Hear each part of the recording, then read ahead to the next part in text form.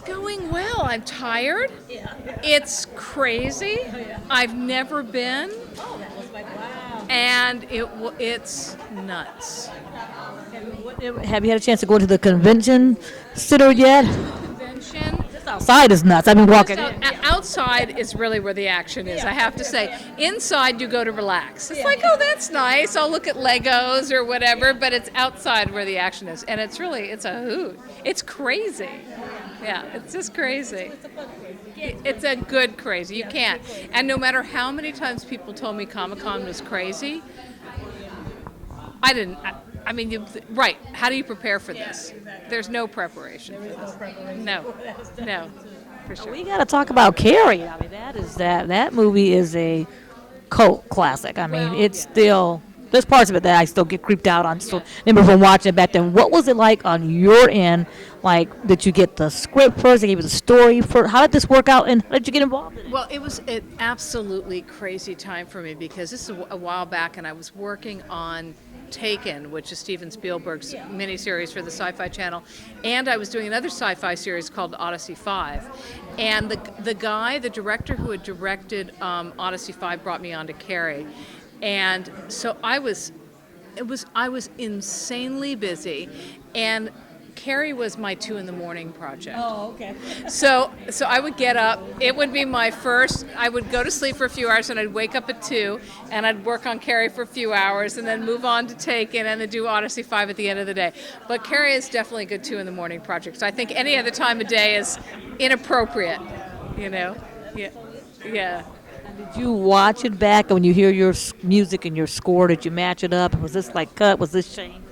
Well, it's a really tough kind of franchise to come in on because the first one, which is the Billy Friedkin directed, is the classic. So what do you do? How do you go for it? And I think that what we tried to do was obviously totally focus on the horror of it because that's essentially what it is. But I think that we also tried to focus on the heart of it and take a sort of a feminist look at it and look at Carrie and look at the mother and look at them in a different light, a more sympathetic light, maybe something that had a little bit more heart. So I think that was the approach we took. But of course, by the time you get to the prom, it's all stops are out, and you just kind of it gets ugly. What can you say? It gets ugly. That's true. And with the remake of it, and a lot of the younger generation is seeing this movie and stuff. How do you feel from the music? Because I first thought, like, wow, there's gonna be a remake. I remember the original, but people don't know the original, or they don't remember it. It's building to a whole new generation. How does that feel? And here's your. I just think it's a great story. So I think it when you see great stories, and if you have great directors who look at them, I think that they can sustain remake after remake, and different audiences look at these things differently, and the sensibility of the time kind of determines what the aesthetic of the project will be. So I think that it's a great story, and I think that that's probably why it keeps getting redone. I think it's hard to top the original, but everybody keeps trying, including me. Yeah. Oh, yeah. You got to. Yeah, you got it. You definitely have to. And tell me, what are you currently working on? Well, I'm super excited. I mean, I'm working on a lot of stuff that's super exciting.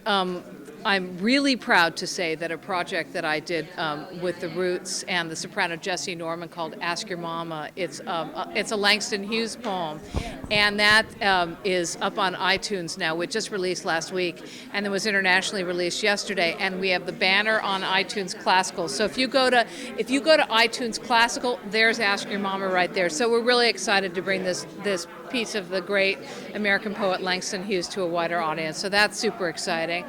And I'm doing another project with a fabulous artist named Sa Ding Ding, who's a Chinese artist. And we are actually working on a large-scale theatrical piece that we're going to be doing for the premiere of China and the premiere of Britain in October. And I'm doing a big series for WGN that I can't talk about, but I can say that I'm collaborating with Raphael Sadiq. And well, he's fabulous. And so he and I did a movie together called Black Nativity, and now we're doing a series together. And so that is going to be very big, and we're very excited about that, too. So you worked on Black Nativity? I co-composed the score with Raphael.